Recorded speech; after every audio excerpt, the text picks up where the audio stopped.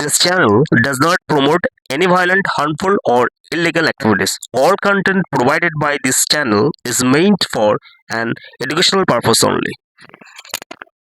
থাকলেও আমি এসে যদি ঠিকঠাক সময় প্যাক আপ হয় হাঁটি। যে ঘটনা যেদিনকে ঘটেছে সেদিনকেও আমি সন্ধে বিকেল 5টা 5:30 বাড়ি ফিরি। তারপরে আমি 6:30 পর হাঁটতে বেরোই। 7টা 5:10 নাগাদ বাইপাস থেকে যে রাস্তাটা বেলুবন ছাড়া দিয়ে পাটুলি মোড়ের দিকে যাচ্ছে সেই রাস্তা দিয়ে যখন হাঁটছি, তো সাইকেলে করে একটি ছেলে গায়ের প্রতি হুড়মুড় করে চলে যেত। এরকম তো রাস্তাঘাটে ছেলেটি খুব একটা বয়স হবে না, রোগা, হয়তো 20-22 বছরের ছেলে, মানে খুব একটা ধনী পরিবারের না, একটু নিম্নবিত্তরই। যাই আমি ভাবি, বাবা বাইপাসের উপর এইভাবে সাইকেল চালা, এটা ভেবে আমি আমার মতন হাঁটছি। খানিক্ষণ পরে গিয়ে দেখি সাইকেলটা ঘুরে আবার রিটার্ন নিয়ে আরও দ্রুত বেগে আমার দিকটাতেই আসছে। আমি যতক্ষণ আমি অব্দি এসে পৌঁছেছে, আমি স্বভাবতই ভাবছি যে এত জোরে চালাচ্ছে, তার কোনো ব্যালেন্স নেই, দিক বিদিক জ্ঞান শূন্য হয়ে রাস্তার ধার দিয়ে যাচ্ছে। তখন আমি অব্দি এসে পৌঁছালাম, তখন আমি দেখলাম যে ছেলেটা আমাকে একদম লিটারালি শরীরের মানে আপার চেস্টের ডান দিকে একদম করার উদ্দেশ্য নিয়ে অ্যাটাক করলো। অ্যাবসলিউটলি একদম উইথ ফুল অ্যাকিউরেসি সেটা করলো, এবং আমি রিফ্লেক্সে ধাক্কা দিলাম। তখন আমার ডান হাত এখানে এখনো ক্ষত রয়েছে, সেটা আমি পুলিশকেও দেখিয়েছিলাম, ওখানেও রিপোর্ট করা আছে। আজকে 4 দিন এখনো রয়েছে। তো সেইটা হলে আমি ভাবলাম ছেলেটা পড়ে যাবে, পড়ে গেল না, ও তার সামনে নিয়ে ও সাইকেল নিয়ে বিদ্যুৎ বেগে বেরিয়ে গেল। মানে আমি ওটা ওই ধাক্কাটা মানে শকটার সামনে এতটা আনএক্সপেক্টেড ছিল এখানে আমার। ঘুরে আমি যখন চিৎকার করে গালাগালি দিচ্ছি দাঁড়া বলে, ততক্ষণে মিশে গেছে ভিড়ের মধ্যে। তারপরে আমি থানায় যাই, এফআইআর করি। পুলিশ প্রচণ্ড কোঅপারেট করেছে, পুলিশ সঙ্গে সঙ্গে বলেন এক্ষুনি এফআইআর। গুড মর্নিং, আদাব, নমস্কার, সত শ্রী আকাল। অল ইন ওয়ান ইউটিউব চ্যানেলে তোমাদের সকলকে স্বাগত জানাই বন্ধুরা। তো বন্ধুরা, সরকার পরিবর্তন হয়েছে। 45 দিন থেকে 50 দিন সরকারের বয়স, নতুন সরকারের সময় দিতে হবে কোনো কাজ করার ক্ষেত্রে, নতুন আইন বলবৎ করার জন্য। প্রথম বিধানসভা চলছে, তো এই বাদল অধিবেশন আর কি আমাদের রাজ্য সরকারের, সেখানে বাজেট পেশ হয়েছে, এখন অন্যান্য বিভিন্ন রকম বিল পেশ হবে। তো আস্তে আস্তে ধীরে ধীরে সরকারকে সময় দিতে হবে কাজ করার জন্য।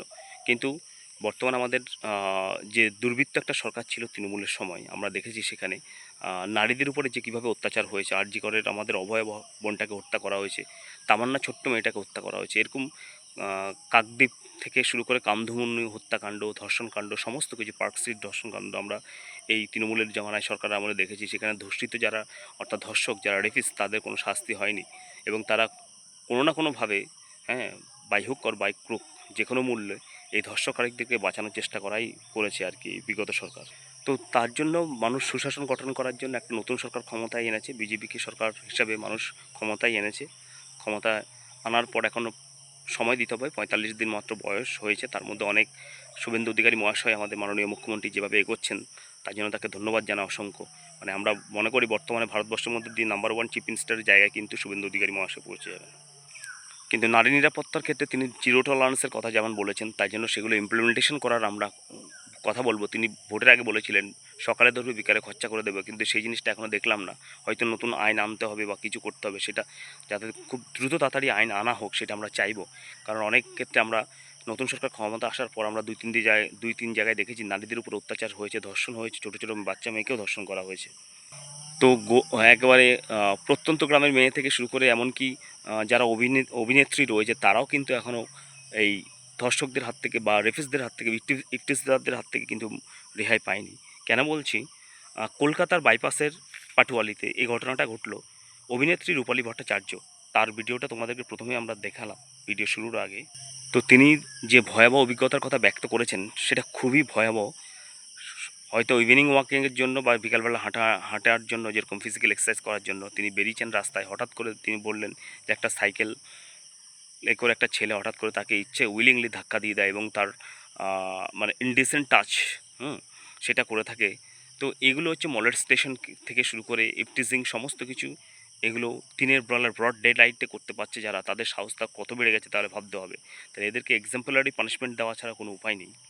তো আমি মনে করি মাননীয় শুভেন্দু অধিকারী মহাশয় যেমন নারী নিরাপত্তার ক্ষেত্রে জিরো টলারেন্স নীতি গ্রহণ করেছে, সেই হিসাবে টোটালি পুরো একটা নতুন বিল আনা হোক, যেখানে রেপিস্ট যারা রয়েছে তাদেরকে এনকাউন্টার করার নিদান দেওয়া হবে। দ্বিতীয় কথা হচ্ছে, যারা ইফটিজার এবং মলেস্টার রয়েছে তাদের লাইফ টাইম জেল এবং তাদের সম্পত্তি বাজেয়াপ্ত করতে হবে। এই সমস্ত নতুন আইন আনা হোক। নাহলে কিন্তু এইসব মলেস্টার, ইফটিজার থেকে রেপিস্ট যারা, তারা কিন্তু থামবে না। তারা ভাবে ও আইনের ফাঁকে দিয়ে আমি বেরিয়ে যাব। এইভাবে করলে কিন্তু চলবে না। যেমন শুভেন্দু অধিকারী মহাশয় বলেছেন যে সকালে ধরবে বিকালে খরচা করে দেবে, আমরা সকলে আশাবাদী হয়েছিলাম, we were hopeful about this. কিন্তু এখন যদি সেটা ইমপ্লিমেন্টেশন না হয়, তাহলে আমরা খুবই সব থেকে স্যাডেন হব, অর্থাৎ দুঃখিত হব। তো আমরা চাইবো নতুন সরকারের কাছে আমাদের চাওয়া পাওয়া আশা ভরসা সমস্ত কিছু আমরা চাইবো নতুন সরকার বিগত 100 বছর ক্ষমতায় থাকুক, পশ্চিমবাংলায় রাজ করুক, আমরা এটা চাইবো। সুশাসনের মধ্য দিয়ে সুশাসন প্রতিষ্ঠিত হোক, এটা আমরা সকলে চাইবো।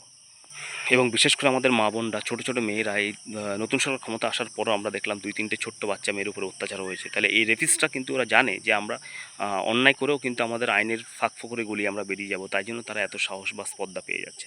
তাই বলবো মাননীয় মুখ্যমন্ত্রীর কাছে অনুরোধ, আপনার উপর আমাদের সকলের ভরসা, আশা ভরসা, মেয়েদের নারী নিরাপত্তার ক্ষেত্রে জিরো টলারেন্স করা হোক, তবেই কিন্তু আমাদের এগিয়ে চলবে। নারীরা ভয়ে ভীতিতে যেটা এতদিন ধরে কাটাচ্ছিল বিগত 15 বছরের এই তৃণমূলের অপশাসনের মধ্যে, সেখান থেকে বেরিয়ে এসে তারা যেন স্বাধীনতা পায়, সেটা আমরা সকলে চাইবো। তো ভিডিওটা আজকে একটুখানি ভালো লাগলে অবশ্যই লাইক শেয়ার সাবস্ক্রাইব করুন। ধন্যবাদ।